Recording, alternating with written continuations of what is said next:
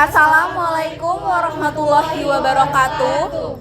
Sebelumnya, mohon izin Ibu Siska Merita, selaku dosen pengampu mata kuliah Pendidikan Bahasa Indonesia, kami dari kelompok 7B dengan materi paragraf ingin mempresentasikan hasil kami yang berjudul paragraf. Baik, di sini saya akan memperkenalkan diri saya. Saya Ulfa Julianti, NPM terakhir 148. Saya Delia Putri Zainal, NPM terakhir kos 073. Saya Fitriani, NPM terakhir 165. Saya Niken Salsabila, NPM terakhir 076. Saya Echa dengan NPM terakhir 141. Saya Sri Sayara dengan NPM terakhir 056. Saya Putri Anggraeni dengan NPM terakhir 055. Saya Anis Mutia Asri dengan NPM terakhir 156. Saya Deka Sintiani dengan NPM terakhir 048. Saya Muhammad Abdillah dengan NPM terakhir 171. Saya Muhammad Fikri Muti dengan NPM terakhir 075. Saya Nanda Kusuma dengan NPM terakhir 053. Pengertian, fungsi, dan tujuan paragraf. Pengertian paragraf. Menurut KBBI, paragraf adalah bagian bab dalam suatu karangan yang biasanya mengandung satu ide pokok dan penulisannya dimulai dengan garis baru yang sedikit menjorok ke dalam. Bagian-bagian yang menyusun paragraf adalah kalimat utama, kalimat penjelas, gagasan utama, dan gagasan penjelas. Fungsi paragraf antara lain untuk menjelaskan keseluruhan ide pokok dengan mudah, logis, dan sistematis. Untuk menandai pergantian gagasan baru jika karangan tersebut memiliki lebih dari satu gagasan utama. Yang ketiga, untuk membantu pembaca memahami gagasan utama dalam sebuah karangan. Tujuannya untuk membedakan penulisan dalam merinci ide pokok, membedakan pembaca dalam memahami pokok pikiran suatu karya tulis, dan memberikan perhatian yang formal sehingga pembaca dapat beristirahat. Assalamualaikum warahmatullahi wabarakatuh.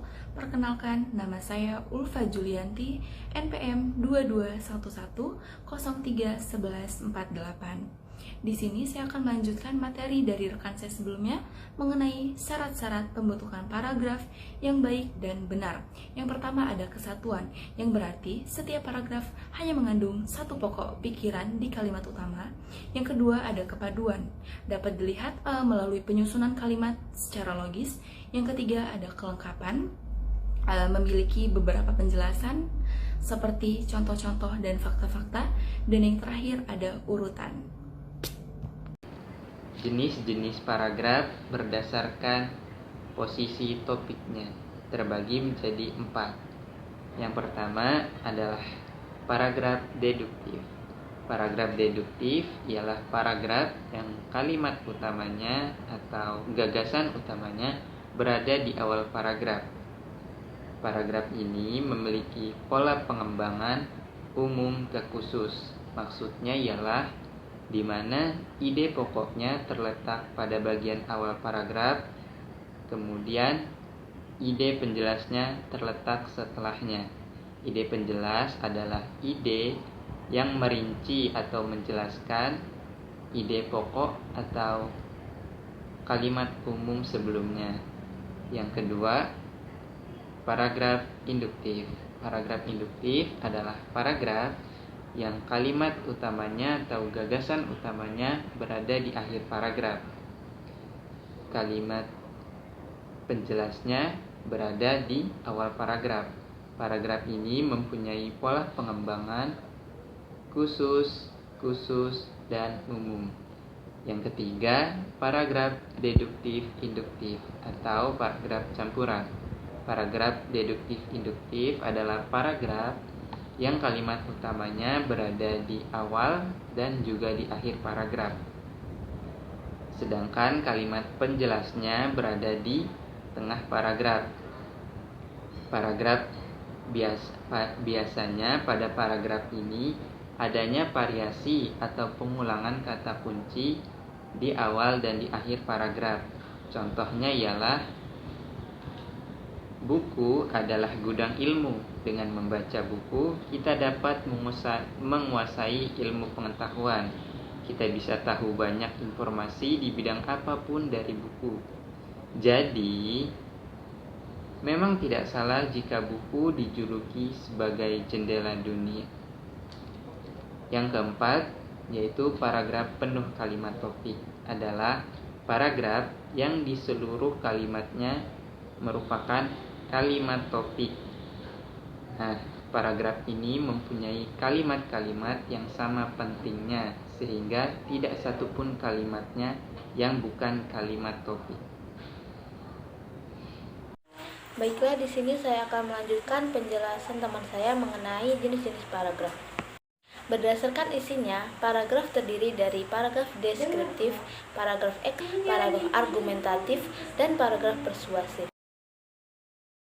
Yang pertama adalah paragraf deskripsi. Paragraf deskripsi adalah paragraf yang mendeskripsikan atau melukiskan suatu objek, tempat, atau peristiwa.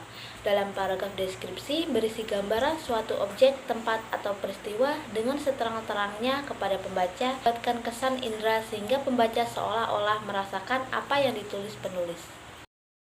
Dan yang kedua adalah paragraf eksposisi. Paragraf eksposisi adalah paragraf yang menajamkan, menjelaskan, dan menginformasikan suatu hal untuk menambah pengetahuan atau pemahaman pembaca. Dalam paragraf eksposisi menggunakan gaya tulisan bersifat informatif serta menggunakan fakta yang dipakai sebagai alat kontribusi dan mengkonkretkan informasi. Yang ketiga adalah paragraf argumentasi. Paragraf argumentasi adalah paragraf yang berisi pembuktian atau pembahasan atas pendapat penulis tentang. Pada paragraf argumentasi ini, penulis berusaha meyakinkan pembaca dengan menyertakan bukti, contoh, atau alasan. Dan yang terakhir adalah paragraf persuasif. Paragraf persuasif adalah paragraf yang berisi unsur ajakan, himbauan, rujukan, atau saran kepada pembaca. Paragraf persuasif berisi tujuan untuk membaca agar mau melakukan sesuatu sesuai dengan keinginan penulis. Lalu berdasarkan fungsi dan tujuannya terdiri dari paragraf pembuka, paragraf pengembang, dan paragraf penutup. Yang pertama adalah paragraf pembuka. Paragraf pembuka adalah paragraf yang bertugas untuk membuka dan mengantar pembaca untuk memasuki pengembang. Dalam paragraf pembuka sebaiknya dibuat menarik. Hal ini dilakukan guna menarik pembaca untuk meneruskan membaca ke paragraf-paragraf berikut. Yang kedua adalah paragraf pengembang. Paragraf pengembang adalah paragraf yang berisi inti karangan yang disertai penjelasan. Paragraf pengembang berisi penjelasan bacaan dari paragraf pembuka. Maka paragraf pengembang merupakan pokok di dalam sebuah karangan. Oleh karena itu, biasanya dalam paragraf pengembang memuat isi yang lebih panjang karena harus berisi ketuntasan pemaparan. Dan yang terakhir adalah paragraf penutup. Menurut Rahardi, paragraf penutup memiliki tugas mengakhiri sebuah tulisan atau karangan. Dikarenakan paragraf penutup, maka pada paragraf penutup dapat berisi penjelasan kembali atau penegasan ulang dari hasil pembahasan pada paragraf sebelumnya. Halo semuanya, perkenalkan nama saya Sri Saira dengan NPM 2211031056. Di sini saya ingin melanjutkan materi yang dimana sebelumnya telah disampaikan oleh teman saya. Saya ingin menyampaikan materi tentang struktur paragraf. Tanpa perlu lama-lama, mari kita masuk ke materinya. Baik, di sini saya ingin menjelaskan tentang struktur paragraf. Struktur paragraf ini dibentuk dari pengembangan kalimat topik dengan kalimat-kalimat penjelas. Kalimat topik ini dapat diletakkan pada bagian awal, akhir, serta awal dan akhir. Definisi dari kalimat topik sendiri yaitu kalimat yang menyatakan pikiran pokok atau pikiran utama. Sedangkan definisi dari kalimat penjelas adalah kalimat yang menyatakan pikiran penjelas dan berfungsi sebagai pendukung kalimat topik. Lalu kita masuk ke struktur paragrafnya, yaitu terdapat 8 kemungkinan. Kemungkinan yang pertama yaitu kemungkinan yang memiliki susunan transisi. Transisinya ini berupa kalimat, lalu ada kalimat topik, kalimat pengembang, dan kalimat penegas. Lalu kita masuk ke kemungkinan yang kedua, yaitu kemungkinan yang memiliki susunan transisi. Transisinya itu berupa kata atau kelompok kata, bukan berupa kalimat. Lalu ada kalimat topik, kalimat pengembang, dan kalimat penegas. Lalu kita masuk ke kemungkinan yang ketiga, yaitu kemungkinan ini susunannya ialah kalimat topik, kalimat pengembang, dan kalimat penegas. Tidak terdapat transisi. Lalu kita masuk ke kemungkinan yang keempat, yaitu kemungkinan ini susunannya ialah transisi. Transisinya ini berupa kata atau kelompok kata, lalu kalimat topik dan kalimat pengembang. Lalu kita masuk ke kemungkinan yang kelima, yaitu kemungkinan ini susunannya ialah transisi berupa kalimat, lalu kalimat topik dan kalimat pengembang. Lalu kemungkinan yang keenam, yaitu kemungkinan ini susunannya ialah kalimat topik dan kalimat pengembang. Lalu kita masuk ke kemungkinan yang ketujuh, yaitu kemungkinan ini susunannya ialah kalimat pengembang dan kalimat topik. Berbeda dengan kemungkinan yang keenam, kemungkinan yang keenam itu kalimat topiknya berada pada urutan yang pertama, lalu kalimat pengembang. Kalau kemungkinan yang ketujuh, kalimat pengembangnya itu berada pada urutan yang pertama, lalu yang keduanya baru kalimat topik. Lalu kita masuk ke kemungkinan yang terakhir, yaitu kemungkinan ke-8. Kemungkinan ini susunannya ialah kalimat pengembang, kalimat topik, dan kalimat pengembang. Jadi kalimat pengembang ini terdapat di awal dan akhir. Mungkin itu saja yang bisa saya sampaikan, kurang lebih saya mohon maaf. Saya persilakan kepada teman saya. Terima kasih. Perkenalkan, saya Putri Anggraini dengan nomor NPM 2211031055. Di sini saya akan menjelaskan materi lanjutan yang telah dijelaskan sebelumnya oleh teman saya. Di sini saya akan menjelaskan materi mengenai pola pengembangan paragraf. Pola pengembangan paragraf merupakan salah satu cara untuk menambahkan keterangan dan rincian ke dalam ide pokok gagasan dalam suatu paragraf. Terdapat 10 metode dalam pola pengembangan paragraf. Yang pertama, metode klimaks. Metode pengembangan paragraf dengan metode klimaks diawali dengan gagasan yang dijelaskan secara rinci ke dalam gagasan bawahan atau pendukung. Gagasan bawahan atau pendukung ini dijelaskan dengan kalimat penjelas yang posisi awalnya lebih rendah, kemudian bertahap berubah menjadi gagasan dengan kalimat jelas yang lebih tinggi, kemudian berakhir pada kalimat penjelas yang paling tinggi. Contoh, komputer generasi pertama memiliki berat 30 ton dan daya listrik yang besar. Kemudian hanya bisa digunakan oleh beberapa ahli saja karena mesin yang terlalu rumit. Komputer generasi kedua memiliki berat yang lebih ringan tetapi hanya bisa digunakan oleh beberapa orang saja dan belum diperjualbelikan. Komputer generasi ketiga memiliki berat yang lebih ringan, daya listrik yang rendah, dan kecepatan internet yang lebih cepat. Yang kedua, pola pengembangan dengan sudut pandang. Pola pengembangan dengan sudut pandang ini dibedakan menjadi dua, yaitu pola pengembangan dengan sudut pandang berdasarkan urutan waktu dan berdasarkan urutan ruang. Pola pengembangan dengan sudut pandang urutan waktu ini, paragraf dikembangkan berdasarkan kronologis waktunya, dan berdasarkan urutan ruang, paragraf dikembangkan dari ruang yang terdekat, kemudian berurutan digambarkan ke dalam ruang di depan, ruang di belakang, ruang samping, dan seterusnya. Ketiga, pola pengembangan dengan perbandingan dan pertentangan.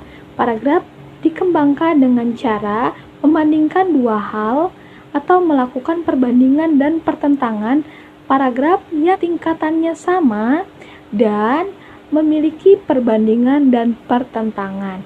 Ciri khas dalam paragraf ini memiliki kalimat tidak seperti. Pola susunan hubungan dalam perbandingan yaitu seperti, sama halnya, dalam hal yang sama, dalam hal yang demikian. Contoh, rumah tradisional Minang memiliki ukuran yang lebih lebar serta jumlah kamar yang lebih banyak ditambah dengan bahan-bahan bangunan yang masih tradisional yaitu bahan-bahan seperti kayu. Tidak seperti rumah modern Minang memiliki ukuran yang lebih kecil, jumlah kamar yang lebih sedikit, dan bahan-bahan seperti kayu. Tidak seperti rumah modern Minang memiliki ukuran yang lebih kecil, jumlah kamar yang lebih sedikit, dan bahan baku yang digunakan untuk membangun rumah tersebut menggunakan bahan baku modern, contohnya batu bata dan semen. Seperti itu. Materi selanjutnya akan disampaikan oleh rekan saya atau Assalamualaikum warahmatullahi wabarakatuh. Saya Muhammad Abdillah ingin menjelaskan tentang teknik pengembangan dengan analogi.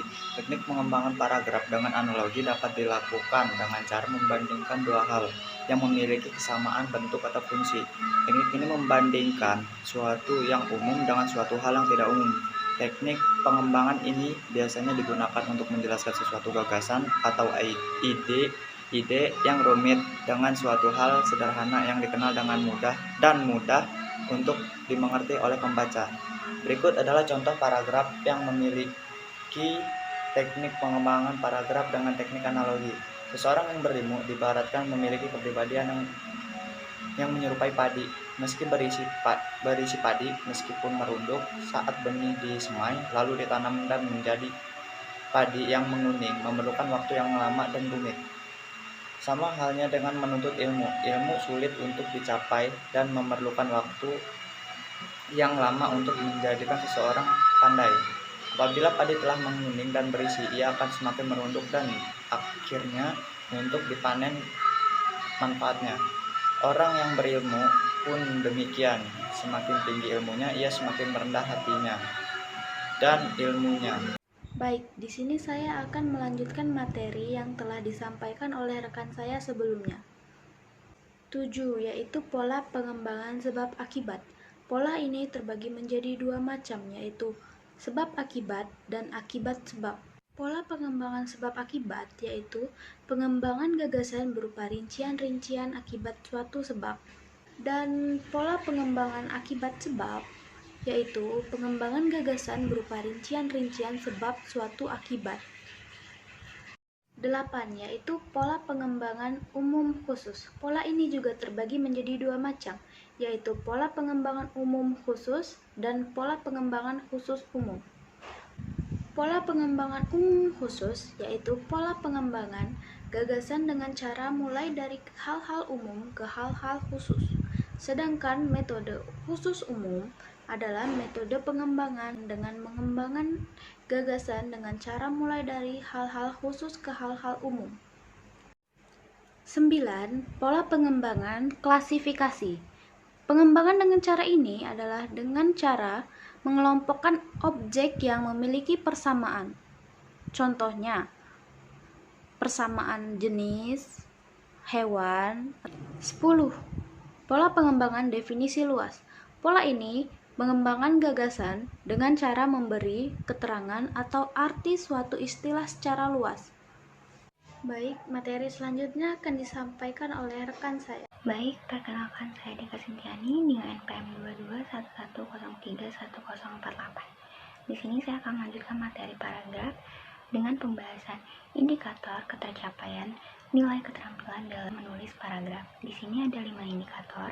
Yang pertama ada isi, yang kedua ada kesesuaian tema dengan isi paragraf, yaitu keterkaitan antara kalimat satu dengan kalimat yang lain itu sesuai. Lalu yang ketiga ada kosakata, seperti pemilihan kata atau pembentukan kata yang tepat, lalu baik dan benar dalam penulisan paragraf agar dapat menggambarkan objek yang semenarik mungkin. Dan yang keempat ada pengembangan bahasa. Di sini kita diharapkan untuk dapat mengembangkan bahasa dengan baik Hal ini akan ditandai dengan penulisan paragraf yang lebih kompleks dengan konstruksi kalimat yang lebih efektif.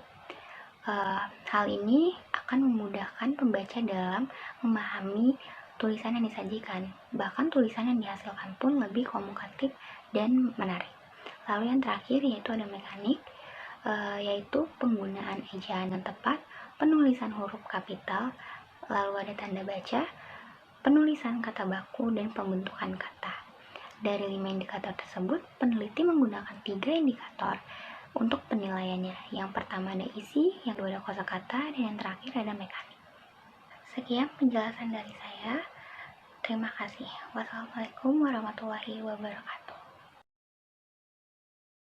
Perkenalkan, saya Delia Putri Zainal dengan NPM 2211031073. Di sini saya akan melanjutkan materi yaitu penempatan kalimat pokok dalam paragraf. Sebelum masuk ke materi, saya akan menjelaskan pengertian kalimat pokok terlebih dahulu. Kalimat utama atau kalimat pokok, atau bisa juga disebut sebagai kalimat topik, adalah sarana dari gagasan yang dikembangkan dalam paragraf. Penempatan kalimat utama ini merupakan satu faktor yang benar-benar harus diperhatikan untuk menyusun sebuah paragraf yang baik. Terdapat 4 macam cara untuk menempatkan sebuah kalimat topik atau kalimat utama.